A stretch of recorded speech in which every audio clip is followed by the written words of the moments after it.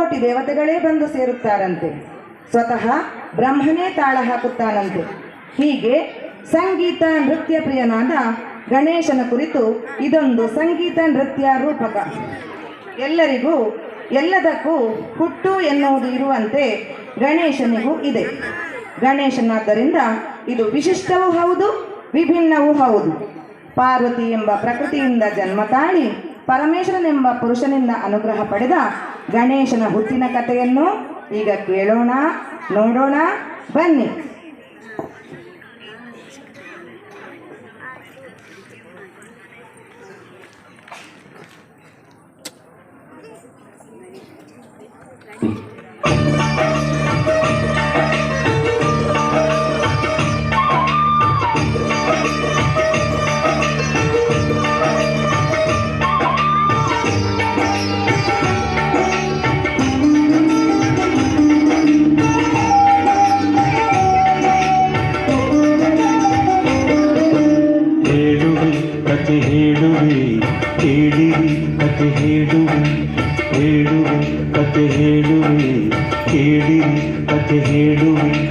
ಗೌರಿ ಪುತ್ರ ವಿನಾಯಕನಿಗೆ ಆನೆ ಮುಖವು ಬಂದ ಕಥೆಯ ಹೇಳುವೆ, ಕಥೆ ಹೇಳುವೆ, ಕೇಳಿರಿ ಕಥೆ ಕೇಳುವೆ. ಗೌರಿ ಪುತ್ರ ವಿನಾಯಕನಿಗೆ ಆನೆ ಮುಖವು ಬಂದ ಕಥೆಯ ಹೇಳುವೆ, ಕಥೆ ಹೇಳುವೆ, ಕೇಳಿರಿ ಕಥೆ ಕೇಳುವೆ.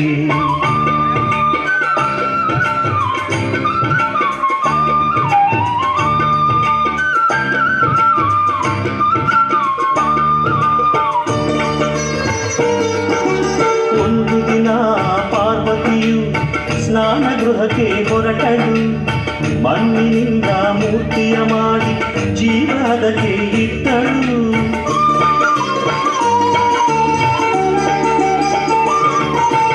ಒಂದು ದಿನ ಪಾರ್ವತಿಯು ಸ್ನಾನ ಗೃಹಕ್ಕೆ ಹೊರಟಳು, ಮಣ್ಣಿನಿಂದ ಮೂರ್ತಿಯ ಮಾಡಿ ಜೀವದಕ್ಕೆ ಇಟ್ಟಳು. ಅಮ್ಮ ನಿನ್ನ ಆಜ್ಞೆಯೇನು ಎಂದು ಕೇಳಿ ಕಂದನು, ಅಮ್ಮ ನಿನ್ನ ಆಜ್ಞೆಯೇನು ಎಂದು ಕೇಳಿ ಕಂದನು. ಕಾವಲಿರು ಎಂದಳು ಗೌರಿ ಮೊದಲಿಂದ, ಕಾವಲಿರು ಎಂದಳು ಗೌರಿ ಮೊದಲಿಂದ. ಹೇಳುವೆ ಕಥೆ ಹೇಳುವೆ, ಕೇಳಿರಿ ಕಥೆ ಹೇಳುವೆ. ಗೌರಿ ಪುತ್ರ ವಿನಾಯಕನಿಗೆ ಆನೆ ಮುಖವು ಬಂದ ಕಥೆಯ ಹೇಳುವೆ, ಕಥೆ ಹೇಳುವೆ, ಕೇಳಿರಿ ಕಥೆ ಕೇಳುವೆ.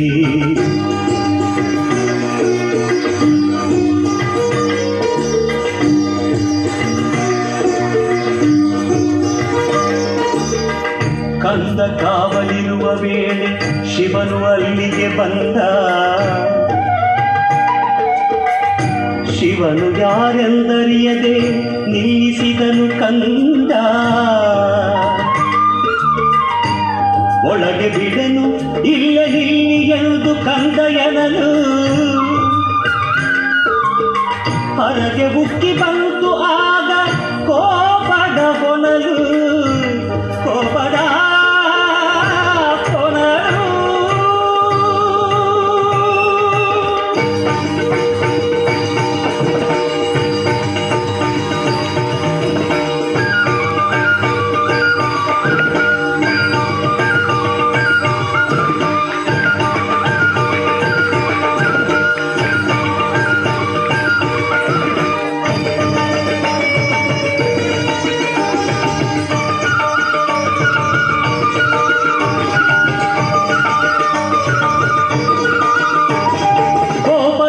ಶೂಲ ತೆಗೆದು ನಿರುತನು ತ್ರಿಪುರಾರಿ,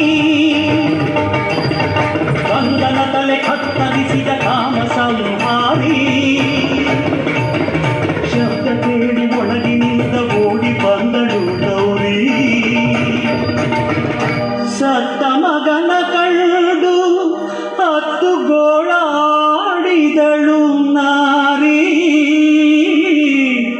ಸತ್ತ ಮಗನ ಕಂಡು ಹತ್ತು ಗೋಳಾಡಿದಳು ನಾರಿ.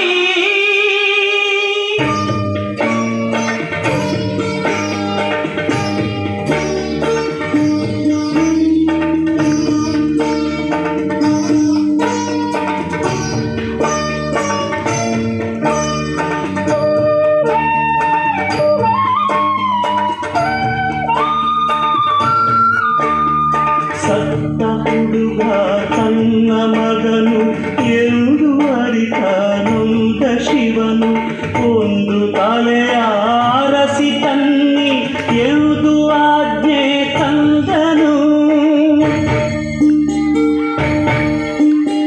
ಸತ್ತ ಹುಡುಗ ತನ್ನ ಮಗನು ಎಂದು ಅರಿತ ನೊಂದ ಶಿವನು ಒಂದು ತಲೆಯ ಅರಸಿ ತನ್ನಿ ಎಂದು ಆಜ್ಞೆ ತಂದನು.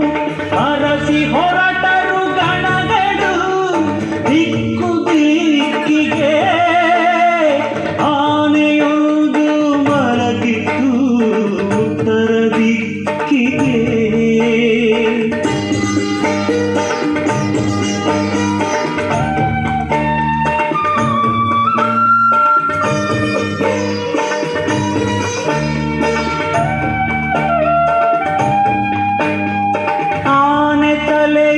ಕತ್ತರಿಸಿ ಶಿವನ ಬಳಿಗೆ ತಂದರು. ಅದನು ಮಗನ ದೇಹಕ್ಕಿಟ್ಟು ಜೀವ ತಂದನು ದೇವನು. ಜೀವ ತುಂಬಿದ ಕಂದ ತಂದೆಗೆ ವಂದನೆಗೈದನು. ಸಂತಸದೆ ಮಗನ ತಪ್ಪಿ ಅವಗೆ ವರವಾಯಿದ್ದನು. ಸಂತಸದೆ ಮಗನ ತಪ್ಪಿ ಅವಗೆ ವರವಾಯಿದ್ದನು.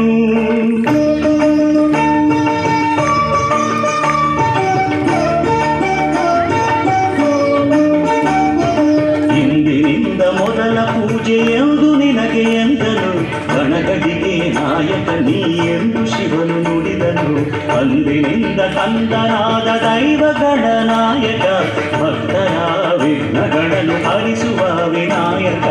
ಭಕ್ತರ ವಿಘ್ನಗಳನ್ನು ಹರಿಸುವ ವಿನಾಯಕ. ಭಕ್ತರ ವಿಘ್ನಗಳನ್ನು ಹರಿಸುವ ವಿನಾಯಕ.